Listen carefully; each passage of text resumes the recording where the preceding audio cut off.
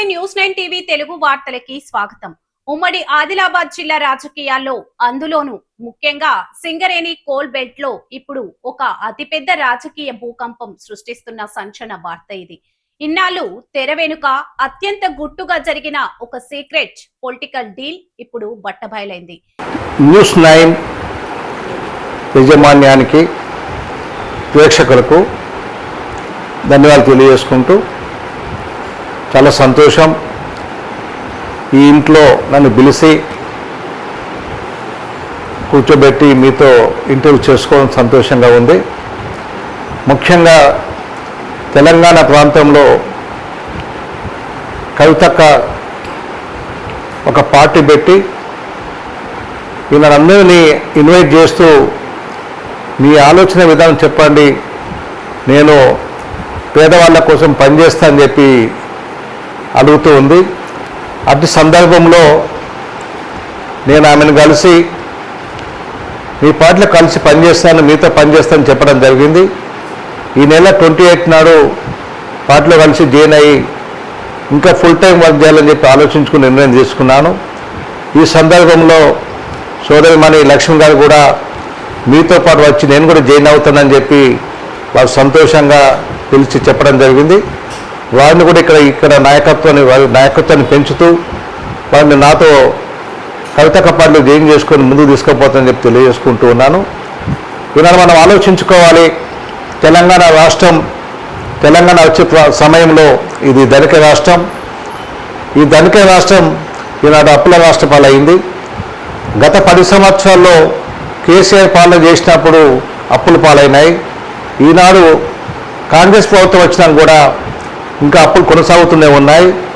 ఈ అప్పుల బాధ పోవాలి, మళ్ళీ తెలంగాణ రాష్ట్రం బాగుపడాలి, మళ్ళీ ధనిక రాష్ట్రంగా ఇతర దేశాల ముందు నిలబడాలంటే, ఇతర రాష్ట్రాల ముందు నిలబడాలంటే మనం ఒక మహిళా నాయకురాలు ముఖ్యమంత్రి చేసుకోవాల్సిన అవసరం ఉంటుంది.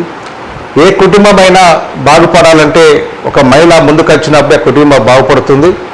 అలాంటి సందర్భం ఈనాడు మనకు ఒక అవకాశం వచ్చింది. నేను కూడా చదువుకున్నాను, నాకు అన్ని భాషలు తెలుసు, అందరితో సమన్వయం చేసుకొని పాలన చేస్తా, నేను ముఖ్యమంత్రి ఉంటానని చెప్పి మనం ముందుకు వచ్చినందుకు కవితక్క గారిని అభినందిస్తూ వారికి మనందరం కూడా సంతోషంగా స్వాగతం పలకాల్సిన అవసరం ఉంది. ఆమె ముఖ్యమంత్రి అయితే ఖచ్చితంగా తెలంగాణ రాష్ట్రము అప్పుల రాష్ట్రం కాకుండా మళ్ళీ ధనిక రాష్ట్రంగా తీసుకుపోవడానికి ప్రయత్నం చేస్తుంది. అదే కాకుండా ముఖ్యంగా మహిళల హక్కుల కోసం పోరాటం చేస్తుంది. మహిళల కోసం అనేక చట్టాలు ఉన్నాయి. ఈ చట్టాలన్నీ కూడా డబ్బున్న వాళ్లకు, అధికారం ఉన్న వాళ్ళకు చుట్టాలుగా మారిపోతున్నాయి. అలా కాకుండా ఆమె ఆ చట్టాలను కాపాడుకొని మహిళల రక్షణ కోసం ముందున్న ఉద్దేశంతో నేను వారికి మద్దతు తెలియజేసుకుంటూ ఆ పార్టీలో వెళ్ళడానికి ప్రయత్నం చేస్తూ ఉన్నాను. ఎవ్వరూ ఊహించని విధంగా, ఎవరికి అంతు చక్కని విధంగా జరిగిన ఈ పరిణామం ఇప్పుడు అధికార ప్రతిపక్ష శిబిరాల్లో వణుకు పుట్టిస్తుంది. కల్వకుంట్ల కవిత స్థాపించిన తెలంగాణ రక్షణ సేన పార్టీలోకి వెళ్లే ఆ సైలెంట్ లీడర్ ఎవరు? సింగరేణిలో కవితకు అండగా నిలబడబోయే ఆ బలమైన నాయకుడెవరు అన్న ప్రశ్నలకు ఇప్పుడు సంచలన సమాధానం దొరికింది. ఆ నాయకుడు మరెవరో కాదు, ఉమ్మడి ఏపీలో మంత్రిగా పనిచేసే చెన్నూరు నియోజకవర్గం నుంచి ఏకంగా 4 సార్లు ఎమ్మెల్యేగా గెలిచిన బలమైన సీనియర్ నేత బోడ జనార్దన్. అవును, కవితకు బోడ జనార్దన్ ఇస్తున్న సపోర్ట్ విషయం ఇప్పుడు అధికారికంగా లీక్ అయింది.